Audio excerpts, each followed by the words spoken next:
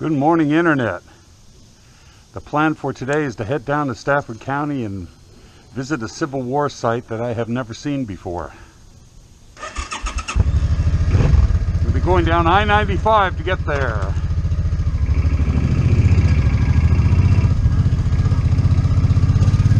Good old I-95. 1 hour and 2 minutes later, I am at my destination, the Stafford Civil War Park, the Union Army's Valley Forge in 1863.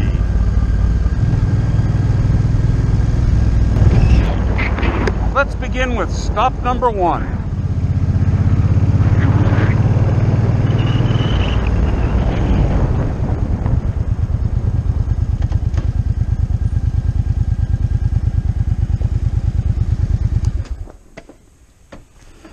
In 1863, over 135,000 Union Army of the Potomac soldiers established winter camps throughout Stafford County, the largest encampment of any army during the Civil War.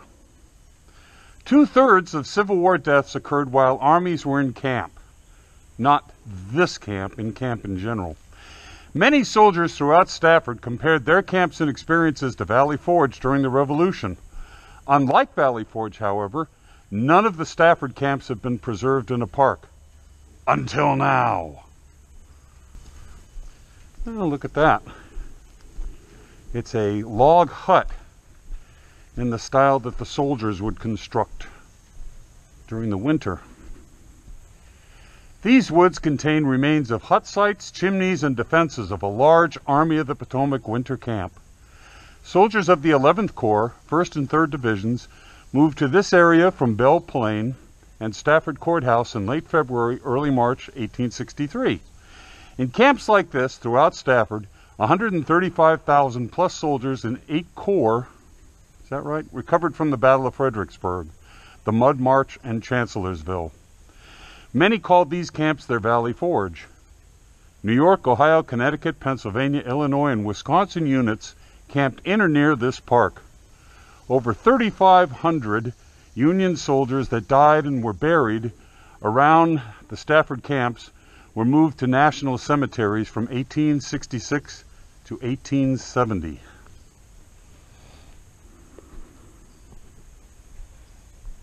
Oh, looks like there's a trail here. Hello, anyone home? You boys see the elephant? Oh, look at that. Very nice. Nice touch. Union Army winter camp remains. You are now standing inside the perimeter of what was once a Union 11th Corps winter camp. Soldiers not only camped and drilled here, but also built roads and fortifications in and around this park. Since the Civil War, the majority of Stafford's Civil War camps have been lost to farming or development. This site's trail takes you through a regimental-sized camp that today still contains visible remains of soldiers' hut sites, chimneys, trash holes, and defensive positions. Oh, likely chimney or firebox remains.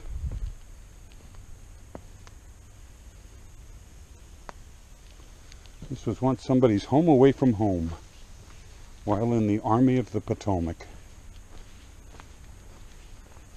Hut site, partially dug into the ground.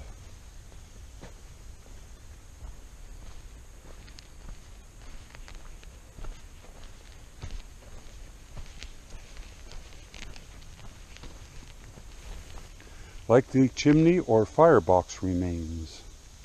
Hut site, partially dug into the ground. Do not disturb. I guess this would be a prime archaeological site. Dig where you knew there was once a hut, see what you find. Above ground hut or tent site location. How do they know that? This is a very pleasant area.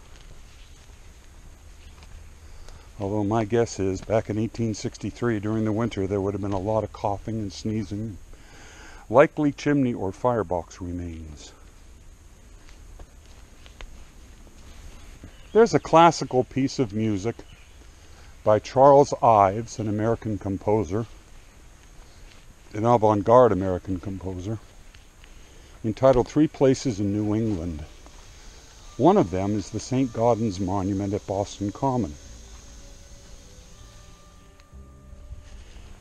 It is, well, first of all, the St. Gaudens site is just outside the Capitol building in Boston, and it depicts black troops marching, fire pit, defensive position. And it is one of Ives' most evocative compositions.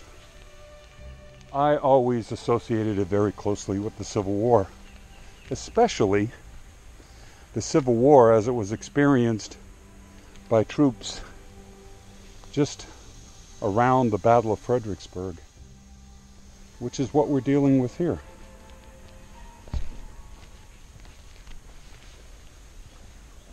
No relic hunting allowed.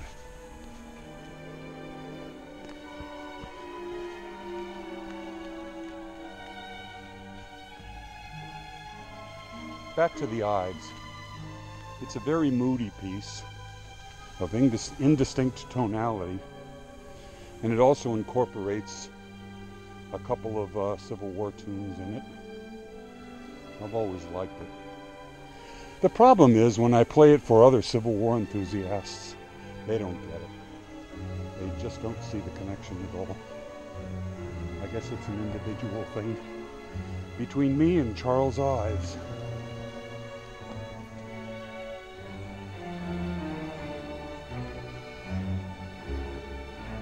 Army of the Potomac country.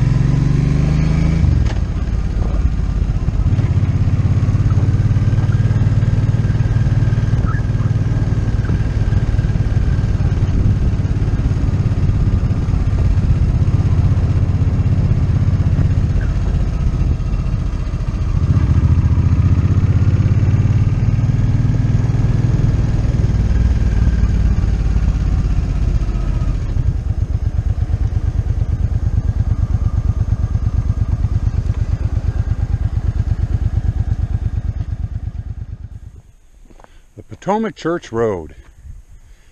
It dates from the 17th century. During the late 18th century and well into the 19th century, this road and the old Telegraph Road to its west, now roughly Route 1, were primary travel routes connecting Stafford with the important points south. In 1863, the Union Army corduroyed sections of this road to facilitate troop and artillery movements and to help protect and supply Union Army encampments.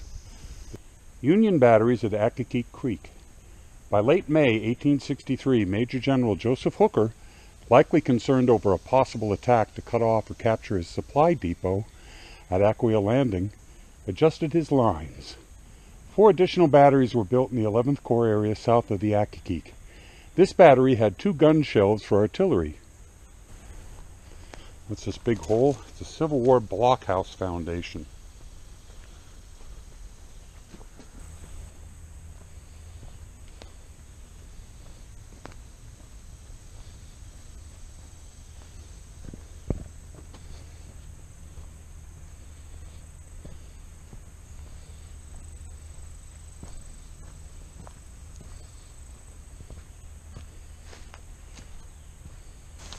This is the Daniel Bridge.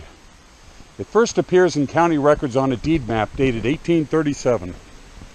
The bridge had 3 sandstone piers, the remnants of which are still visible today, and which likely supported a wood superstructure. The bridge likely took its name from Peter V. Daniel, 1784 to 1860, who, along with his wife Lucy, owned land south of Accokeek Creek. Daniel was admitted to the Virginia bar in 1808. In 1818, he was elected president of the Council of State and served as lieutenant governor. He served on the U.S. Supreme Court from 1841 until his death in 1860.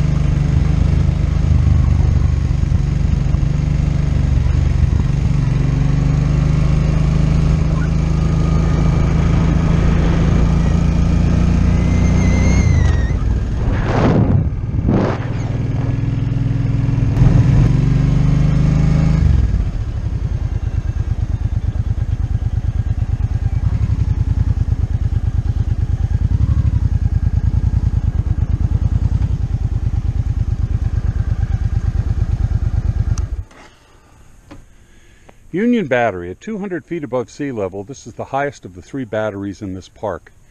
Its 3-faced parapet allowed it to support other nearby batteries and encampments against attack from multiple directions. Its very steep approaches would have been cleared of trees in 1863, and combined with its well-preserved 182 foot of parapet and ditches, would have proved exceedingly difficult to attack from the Accokeek Valley. It is estimated to have held from 4 to 5 rifled guns. Civil War fortifications.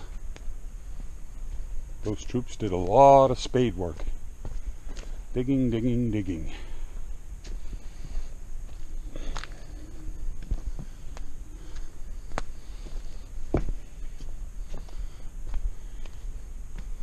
They don't want you walking on the walls here.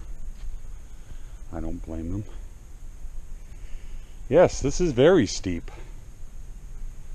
Good luck attacking this.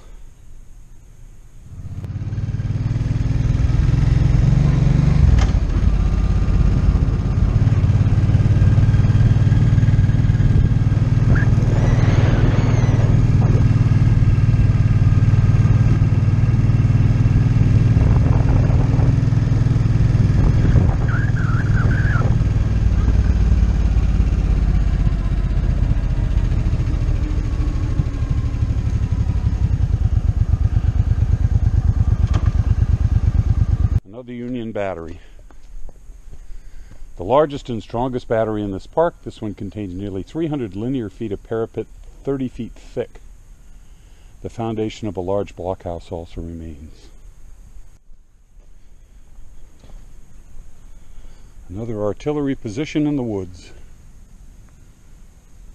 Nice verdigris finish on these cannons.